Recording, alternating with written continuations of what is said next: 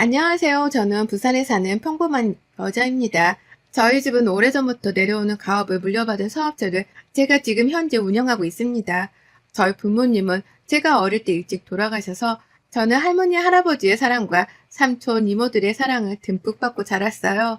그래서인지 부모님의 부재가 많이 느껴지지 않을 만큼 참 많은 사랑을 받고 자랐는데요. 하지만 그래도 부모님의 부재는 컸고 저는 그러다 보니 좀 빨리 결혼해서 저의 가정을 꾸리고 싶더라고요. 그렇게 저는 3년 연애 끝에 결혼을 했고, 결혼한 상대자는 저와 오랫동안 모임에서 알고 지내던 3살 위 오빠였어요. 듬직하고 성실한 모습에 반해 그렇게 우리는 연애를 했고, 친구들은 처음에는 너무 급하게 하지 말라 다른 사람들도 만나보라 했지만, 그때는 아빠 같은 다정함을 가진 남편에게 엄청 끌리더군요. 제가 아빠가 없다 보니 저는 좀 듬직하고 또 엄마같이 잘 챙겨주는 사람이 이상형이었거든요. 하지만 결혼을 준비하면서 우리 집과 남편네 집이 많이 다르다는 인식을 받았어요. 결혼을 빨리 하고 싶던 저는 처음에 저희와 많이 다른 듯한 느낌을 많이 받아 진짜 너무 스트레스를 받더라고요. 내가 잘 해낼 수 있을까 싶기도 했고요. 또 부모님이 일찍 돌아가셨다고 하면 괜히 어른들은 안 좋게 보기도 하잖아요. 하지만 그럴 때마다 남자친구는 괜찮다며 말해주었고, 저는 그 말을 믿고 결혼을 했어요. 남편네보다는 저희 집 쪽이 가지고 있는 자산 등이 훨씬 더 많긴 했지만, 할머니, 할아버지도 그렇고, 삼촌이나 이모들도 너무 그렇게 이야기하지 말라고 하시더군요. 저는 처음에 사실 좀 의아했죠. 남편인데 다 솔직해야 하는 거 아닌가 싶어서요. 삼촌은 네가 사업을 주체적으로 한다고 생각하면 분명 남자들은 회사 그만두려고 하는 사람들이 많다. 조심해야 한다 등의 말을 늘 하셨고, 물론 네 서방은 아니라는 생각으로 약속을 결혼하지만 사람 이름 모르는 거니 사업체는 가족들이 다 같이 한다고 이야기를 하라고요. 제가 가업인 사업체를 운영하는 건 삼촌이나 이모들은 가업을 물려받기를 원치 않으셨고, 저는 늘 어렸을 때부터 봐오던 게 있어서 커가면 커갈수록 제가 해보고 싶은 생각이 강했어요. 그래서 일부러 대학교도 경영학과로 지원했고, 지금은 그 사업체 규모가 커져서 생각보다 순수익이 굉장히 많은 편이에요. 물론 그 돈을 다 제가 갖는 건 아니고 할머니, 할아버지에게 거의 드리고 있는 편이에요. 다 저에게 다시 주시지만 제가 그렇게 큰 돈이 사실 필요하지도 않기도 하고 가족 돈이 제 돈이라 생각하는 사람이거든요. 근데 또 주변 시선은 그게 아니니 결혼할 때도 이러한 사실을 숨기고 하긴 했어요. 남자친구네 집은 그에 비해서 누나만 2명의 홀 시어머니거든요. 저희 집에서 조금 반대하기는 했지만 남편이 워낙 싹싹하고 또 저한테 너무 잘했기에 그 모습만 보고 허락해 주셨거든요. 그렇게 결혼을 하고 저희는 알콩달콩 신혼생활을 즐겼어요. 홀 시어머니의 누나도 2번이나 있다고 해서 사실 결혼을 망설였지만 결혼하고 나니 너무나 잘해주시기에 괜한 걱정을 했다고 생각하기도 했죠. 그렇게 결혼하고 첫 명절에 저는 제주도 여행을 계획했어요. 저희 집은 독실한 크리스찬 집안이라 제사를 지내지 않지만 물론 결혼을 하며 교회에 맞게끔 해야 하기 때문에 미리 물어본 적이 많았어요. 자기네 집은 제사를 지내? 재차 많이 물어본 적이 있었고 남편은 저에게 늘 아니라고 분명히 대답을 했었습니다. 그래서 제가 이번에 명절에는 명절 전에 자기네 집이랑 우리 집 갔다 오고 제주도 2박 3일 정도 갔다 올까 해서 내가 미리 비행기 티켓 끊으려는데 어때? 라고 물어봤죠. 근데 남편이 정말 아무것도 모른다는 표정을 하고 저한테 되려 물어보는 거예요. 자기야, 우리 집 당일에 차례 지내서 그 전날에 가서 음식 준비하러 가야 하는데 어디 간다고 하는 거야? 라고요. 그래서 제가 오한이 너무 벙벙해져. 아니, 자기네 제사 없다고 나한테 말했잖아. 물론 제사가 있다면 당연히 가야 하지만 내가 재차 물어봤을 때 없다고 하지 않았냐 하니까 자기는 그런 적이 없대요. 그랬더니 오히려 남편은 저에게 결혼하고 맞는 첫 명절인데 벌써부터 그러면 어떡하냐면서 너무 서운하고 나는 자기네 집에 아들같이 자라는데 자기는 우리 집에 딸처럼 해주면 안 되겠냐고요. 아니 자기가 먼저 거짓말을 해놓고 아니라고 하니 저는 너무 화가 나잖아요. 하지만 뭐 어쩔 수 없이 명절을 보내러 시댁으로 건너갔고 건너가자마자 처음 보는 분의 식사를 차려야 하는 꼴이 되었죠. 그렇게 우당탕탕 힘들었던 첫 명절이 가고 이제 좀 집에 와서 쉬려는데 또 전화가 울리네요. 시어머니시더군요. 백화점에 가고 싶다고 저희랑 같이 가자고 하는데 어제 시댁에서 하루 자고 늦게 왔는데 오늘 또 보자고 하시니 저도 하루 정도는 쉬고 싶어서 남편에게 말했어요. 그럼 자기만 갔다 와. 나 너무 힘들어서 좀 자야 할 것 같은데 자기가 어머님께 말 좀 잘해줘. 그랬더니 자기는 어떻게 우리 엄마가 그러는데 그러느냐? 같이 가는 게 뭐가 어렵냐? 엄마 옷도 사드리고 좀 하자 이러면서요. 참 엄마 없는 사람 서럽더라고요. 그렇게 백화점으로 향했고 가는 내내 시어머님은 가서 어떤 걸 살까 계속 불이 나게 이야기를 하시는데 괜히 왔다 싶었죠. 도착해 백화점을 둘러보는데 갑자기 누구나 아는 브랜드로 들어가 이 가방이 너무 예쁘다면서 매보시더라고요. 참 이러려고 나를 데려오셨나? 솔직히 그렇게 생각했어요. 그냥 앉아서 남편이랑 어머님은 계속 거울을 보며 가방부터 신발까지 신어보길래 저는 기다리고 있었어요. 근데 갑자기 거기 직원분이 저에게 인사를 하더라고요. 원래 다른 브랜드에 있었던 직원인데 이번에 여기로 오게 되었다면서 저를 알아보면서 반갑게 인사해 저도 인사드렸죠. 그렇게 힘들었던 쇼핑이 끝나고 집에 가서 넉다운이 되어 있는데 남편이 저에게 슬쩍 물어보는 거예요. 자기, 아까 거기 매장 자주 가는 곳이야? 거기? 자주는 안 가는데 왜? 아니, 거기 직원분이 자기 VIP 손님이었다고 하던데 나는 몰랐잖아. 아, 거기 브랜드가 아니고 다른 곳에 있으셨던 분이셨는데 여기로 오셨더라고. 그래서 인사한 거야. 자기 어쩐지 하고 입고 다니는 모습이 엄청 세련돼 보이던데 그래서 그랬구나? 이러면서요. 저는 그냥 삼촌이나 이모들이 쇼핑 갈 때 자주 사줘서 잘하는 거다 하고 넘어갔어요. 근데 어느 날부턴가 저에게 매일 아들 자랑만 하시던 시어머님이 자꾸만 제 칭찬을 하시는 거예요. 매주마다 전화하셔서 오라고 하셨는데 갑자기 이제는 저 힘드니까 집에서 쉬고 오지 말라고 하라면서요. 그리고 제가 진짜 김치찌개랑 그 옛날 계란말이 이런 거 진짜 좋아해요. 근데 남편이 퇴근하면서 엄마가 자기 가져다 주라고 만들었다고 전해주는 거예요. 처음 받아보는 시어머니 음식이라 뭐지 싶어서 전화드렸더니 저보고 시집 와서 딸처럼 대해준다고 해놓고 지금까지 너무 자기 아들 자랑만 한 것 같아 미안해서 그러셨다고요. 남들 얘기 들어보니까 이런 며느리 없다고 하는데 내가 더 잘해줘야 하는데 마음이 그렇지 못해서 그랬다고요. 그 말을 듣는데 저도 좀 찡하더라고요. 그 뒤로는 어머님이 제가 좋아하는 반찬을 일주일마다 보내주시고 저 먹으라고 한약도 지어주시고 형님들이 저에게 전화하면 전화하지 말라고 맨날 그러시나 봐요. 얘 피곤하다고요. 그리고 더 어머님이 바뀐 건 명절에 가면 맨날 설거지하고 심부름하고 방 청소하고 온갖 정리와 청소를 도맡아 했는데 이제는 형님들 보고 하라고 하고 저보고는 앉아있으라고 막 그러시는 거예요. 그리고 혹시 차례 못 지내면 안 오고 푹 자고 밥 먹으러 와도 된다고요. 원래 명절에 가면 진짜 잔심부름 많이 했거든요. 형님 남편들은 술 마시고 고스톱 치며 손 하나 까딱하지 않으면서 자꾸만 술 좀 더 사와라, 음식 좀 더 가져와라 이러거든요. 그래서 형님들도 했지만 제가 더 많이 한 것 같아요. 근데 지금은 가면 아무도 그런 걸 안 시키니까 이게 바로 결혼의 맛이구나 싶었죠. 그 뒤로 제 생일에는 직접 생일상까지 차려주고 용돈에 편지까지 주셔서 엄마가 일찍 돌아갔던 저는 어머님 마음의 감동을 정말 많이 받았어요.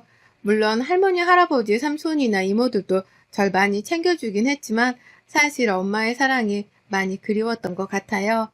그래서 남편이랑 결혼할 때도 또 결혼해서도 어머님이 남편 챙기는 모습 보면 참 부럽기도 했어요. 형님들도 친정하면서 집에 오면 엄마 밥도 먹고 쉬다 가니까 엄청 부러웠는데 어머님이 친정처럼 생각하라고 하시니 정말 저도 모르게 그렇게 생각이 들더라고요. 그렇게 저의 행복한 결혼 생활이 어느 정도 자리를 잡을 때 어느 날은 어머님이랑 백화점 갔다가 카페에서 차를 마시는데 어머님이 화장실 갔다 온다고 하시고 핸드폰을 두고 가셨더라고요. 근데 핸드폰에 문자가 울려대는데 남편에게 온 문자더라고요. 사실 원래 남의 문자 보면 실례잖아요.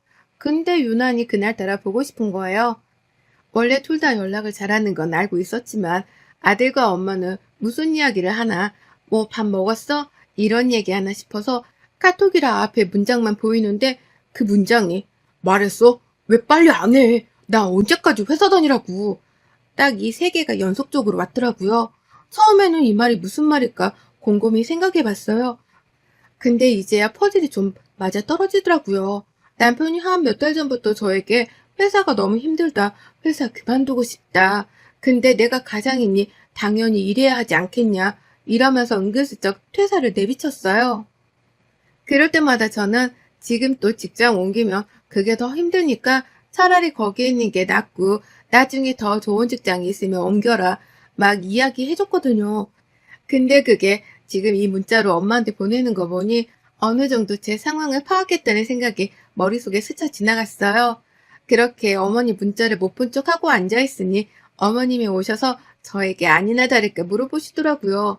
아가야, 이 엄마가 좀 물어볼 게 있는데 너희 거기 사업체가 다 너의 이름으로 되어 있다면서 왜 이야기를 안 했니? 엄마 서운하게 라고 하시길래 다 제 거는 아니고요, 어머님. 할머니랑 할아버지 소유이신데 제가 그냥 직원으로 일하는 거예요. 그렇게 거창한 거 아니에요. 라고 했죠. 그러니까 저보고 본격적으로 남편 이야기를 하더라고요. 우리 아들이 회사가 너무 힘든데 너한테 말도 못하고 그러더라. 내가 옆에서 보는데 너무 안쓰러운데 네가 괜찮으면 우리 아들 거기서 너 도와 일해보는 건 어떻겠냐? 아니면 건물 1층이 요새 임대가 낮다고 하던데 카페라도 네가 차려주면 어떻겠냐고. 그 질문에 차근차근 말씀드렸어요. 남편과 하는 일이 정말 달라 들어와도 신입으로 들어와야 하고 카페는 남편이 커피도 잘 모르는데 갑자기 카페를 차린다는 건 말도 안 되는 일이라고 말씀드렸죠. 그래도 어머님은 네가 한번 생각해봐라 하셨고 저는 우선 알겠다고 하고 집으로 왔어요. 그날 저녁에 남편에게 물었죠. 어머님이 이런 이야기를 하시는데 어머님 생각이야? 자기 생각이야? 솔직하게 말하면 이해는 할게. 라고요. 그랬더니 둘 다 생각이래요. 그래서 그 질문에 대한 답변도 함께 했어요. 신입사원으로 들어와도 괜찮으면 들어와라. 카페는 커피도 싫어하는데 어떻게 카페 사장이 될 수 있겠냐. 그건 아니다라고 딱 잘라 말했죠. 그 뒤로 어머님이랑 남편은 저에게 계속 이런 요구를 해왔고 자꾸만 가족을 들먹이면서 우리는 가족이지 않냐면서 하시는 거예요. 정말 내키지 않았지만 저희 사업자 하는 쪽 1층에 프랜차이즈 카페를 차려줬어요. 그 대신 여기에서 나오는 수익은 당연히 제가 가져가야 하는 게 맞고 남편에게는 월급을 우선 주겠다고 했죠. 회사를 그만두니 좋은지 카페를 시작하고 나서는 정말 열심히 하더군요. 월급을 받아도 그냥 자기 일 하는 게 좋다면서 매일같이 일찍 출근하고 늦게 퇴근하고요. 솔직히 처음에는 못마땅했지만 차려주고 나니 남편이 마음 편해해서 저도 좋았어요. 그러던 어느 날 어느 순간 남편은 서서히 변해갔어요. 점심이라도 같이 먹으려고 하면 어머님께 잠깐 가야 한다면서 몇 번을 그렇게 가게를 오래 비우더라고요. 처음에는 시댁에 무슨 일이 있나 싶어서 어머님께 전화드려 오늘 그이가 어머님 댁 갔다는데 무슨 일이 있으세요 물으니 아무 일도 없다고 하시는 거예요. 이게 무슨 일인가 싶어서 남편이 샤워하는 동안 핸드폰을 몰래 보니 정말 충격적인 상황이 아닐 수 없었어요. 남편은 여유가 생기니 딴짓을 하기 시작했고 비트코인 주식부터 시작해 랜덤 채팅 어플까지 깔아서 총각 행세를 하고 있더군요. 그것도 저에게 들킬까봐 핸드폰을 2개를 가지고 다니면서 했었고 제가 그 하나의 핸드폰에 찍힌 번호를 보니 핸드폰이 2개라는 걸 알았어요. 그야말로 정말 배신감이 차올라서 어떻게 할 수가 없었고 샤워하고 나오는 남편의 뺨을 정말 세게 한 3대를 연속으로 후려쳤어요. 남편은 어안이 벙벙해 저를 쳐다보고 있고 저는 핸드폰을 던져주며 이게 내가 너한테 최선을 다한 결과냐고 말했죠. 이 집도 내 거니 당장 짐 싸서 나가고 더 이상 카페도 출근하지 말라고요. 당신이 좋아하는 그 젊은 여자들과 도박이나 하고 살라고요. 그때부터 사태의 심각성을 알고 열심히 싹싹 빌더군요. 그러던 와중 어머님께서 집에 오셨고 이 모습을 보시고 저에게 아니 이게 무슨 일이냐면서 하시길래 자초지종을 다 설명해 드렸어요. 그랬더니 저에게 하신다는 말씀이 남자들은 한 번쯤 다 그런 쪽에 관심이 갔는데 왜 이렇게 빡빡하게 구냐고요. 딱 이렇게 말씀하셨죠. 이때부터 어머님의 본색이 드러났어요. 그 본색을 보니 저도 질릴 만큼 정이 떨어지더라고요. 그래서 저는 남편에게 카페도 더 이상 출근하지 말라고 했고 이 집에서 나가라고 했어요. 이 집도 저희 할머니 할아버지가 마련해 주신 거지 남편은 진짜 빤스 한 장만 가져온 거라고 생각하시면 된다. 저에게 맨날 돈 없다고 하시는 게 어머님 아니셨냐. 홀 시어머니의 누나 불이나 딸렸는데 또 회사에 매일 혼나는 능력 없는 사람 이렇게 만들어줬더니 이제는 저에게 보따리 내놓으라고 하는 격이지 않냐. 용서할 수 없다라고 말하니 저에게 한 장의 종이를 건네주시더라고요. 그 종이에는 제가 그토록 숨기고 싶었던 비밀이 들어있었어요. 저도 결혼하고 나서 알게 된 거지만 저는 사실 거의 불임이라고 할 만큼의 자궁의 상태예요. 이 사실을 알고 남편에게 바로 말을 했고 아이를 정말 원한다면 나와 살기에는 어려울 거라는 걸 알고 있다고요. 근데 남편은 그때 우리 둘만 알자고 그냥 우리가 애기 없이 사는 거라고 이야기하면 된다고 너는 걱정하지 말라고 하면서 그렇게 건넸던 종이었거든요. 근데 그거를 시어머니가 가지고 있으시더라고요. 저보고 너네 집에 너 아이도 못 낳는 애라고 이야기해줄까? 그럼 얼마나 너희 할머니 할아버지가 속상해 하시겠니? 나는 너를 생각해서 아이를 못 낳아도 돈이라도 많으니 다행이다 싶어서 데리고 있어줬더니 적반하장도 유분수지 이런 식으로 우리 아들을 대해? 라면서 밀어붙이셨어요. 저는 아무 말도 할 수가 없었고 어머님이 시키는 대로 할 수밖에 없었어요. 어머님과 남편이 원하는 건 카페의 명의, 집 명의를 다 자기네들로 옮겨달라고 했고 저는 알겠다고 날이 밝으면 그렇게 하겠다라고 약속을 한 상태였어요. 저는 날이 밝자마자 카페 집 명의를 남편 이름으로 바꾸었고 남편은 그 뒤로 집에도 들어오지 않고 자기의 생활을 즐기더라고요. 어머님 역시 쇼핑 다니면서 물 쓰듯이 돈을 쓰고요. 그렇게 한 달이라는 시간이 흐르고 저는 제가 지금까지 준비했던 것들을 꺼냈어요. 집에서 남편 짐을 모조리 다 챙겨 시댁으로 보냈고 카페는 남편이 휴무인 날 모조리 싹 다 안에 있는 물품들을 다 빼고 정리했어요. 아마 그 멍청한 남편과 어머님은 하나는 알고 둘은 몰랐겠죠. 제가 더 위했다는 사실이요. 한 달 전에 저는 저의 약점을 잡고 협박을 하던 남편과 시어머니를 용서할 수 없었고 자기 명의로 해달라던 집과 카페는 실은 서류만 그렇게 작성해서 보여준 것뿐이고 실제로는 제 명의로 되어 있었어요. 한 달 동안이라는 시간을 둔 건 집도 팔고 카페도 좋은 비용에 넘기느라 시간이 좀 걸렸네요. 회사도 더 좋은 곳으로 이전하게 돼 그것도 준비하느라 그 정도의 시간이 필요하긴 했어요. 저는 실행을 했고 그 다음날 남편은 집부터 회사까지 전부 찾아다니느라 정신이 없더라고요. 근데 집은 어차피 제가 비밀번호 바꾸고 안에 짐까지 다 뺀 상태고 카페는 텅텅 비어져 있으니 저한테 전화 오고 삼촌이랑 이모들한테까지 전화를 해대더라고요. 나중에 알고 봤더니 지인 말로는 남편과 시어머니가 백화점에서 그 직원과 이야기를 하는 모습을 보고 그 직원에게 저에 대해서 얼마나 자주 왔고 또 혼자 왔는지 등등을 물어보았고 그 뒤부터 제 뒷조사를 하기 시작했대요. 삼촌 이모들 앞으로 하면 세금이 너무 많이 나와 제 앞으로 해서 거의 대다수가 제 명의로 되어 있었습니다. 그때부터 꿍꿍이를 가지고 저한테 잘해주신 거고요. 이제야 그 퍼즐이 들어맞더라고요. 저는 이때다 싶어 시어머니네로 출동했고 남편과 시어머니께 지금까지 저에게 받았던 모든 것들을 다 가져가겠다고 선언했어요. 네가 미쳤냐면서 날뛰던 남편과 시어머니지만 저는 가지고 온 굵은 소금을 꺼내 뿌리면서 아끼야 물러가라, 아끼야 물러가라 이렇게 말했죠. 미친 건 제가 아니라 어머님과 아들이에요. 제가 그럼 당할 줄 아셨어요? 근데 어떡하죠? 지금 살고 있는 집도 제가 해드린 거라 아마 이틀 정도 있다가 이사 나가야 할 것 같은데요. 이혼소장이랑 변호사 선임해서 저의 가장 취약한 점으로 협박을 한 죄 녹음까지 다 되어 있어 지금 제출한 상태이고요. 아마 아드님 콩밥을 먹게 될 수도 있을 것 같아요. 변호사 선임 꼭 하셔서 나오세요. 남편이 저랑 결혼생활 내내 돈을 제대로 벌어주지도 못한 점, 가장으로 최선을 다하지 못한 점, 비트코인 불법 도박에 빠진 점, 와이프 몰래 랜덤 채팅으로 유부남인데 총각인 척 속이고 다닌 것도 범죄라면 범죄예요. 증거 다 틈틈이 모아뒀으니 경찰에 제출할게요. 아마 미자까지 있었다면 미자랑 함께 구속되지 않을까 싶어요, 어머님. 옥바라지 좀 해주세요. 그렇게 사랑하던 아들인데 라고 당당히 그 집을 나왔어요. 남편이 제 바지가랑이를 붙잡고 진짜 자기가 미친놈이라며 모에 홀렸다면서 빌고 또 비는데 너무 화가 나 비는 남편의 어깨를 제 발로 세게 쳤어요. 더러운 손으로 저 만지지 말라고요. 그렇게 이혼소송을 했고 당연히 승소는 저희 쪽이었답니다. 위자료로 제가 요구한 금액을 받게 되었고 남편은 지금 또 다른 소송이 걸렸다고 하네요. 저는 깔끔하게 모든 것 다 정리한 후 지금은 제주도에 한 달 살기로 와 있답니다.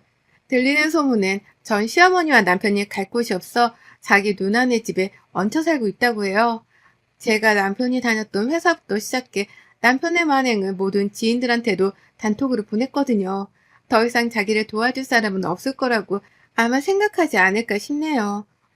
엄마가 없던 나에게 가족이 되어줄 거라고 생각했던 시댁은 저의 큰 착각이었고, 더 이상 그 착각 속에 살지 않기 위해 저는 이혼이라는 선택을 했습니다. 선택은 더 이상 후회하지 않으며 지금보다 더 나은 내일을 위해 살아가기를 바라고 있어요. 여러분들도 늘 행복한 일들만 가득하시길 바랍니다. 여러분의 생각은 댓글로 남겨주세요. 오늘도 시청해주셔서 정말 감사합니다.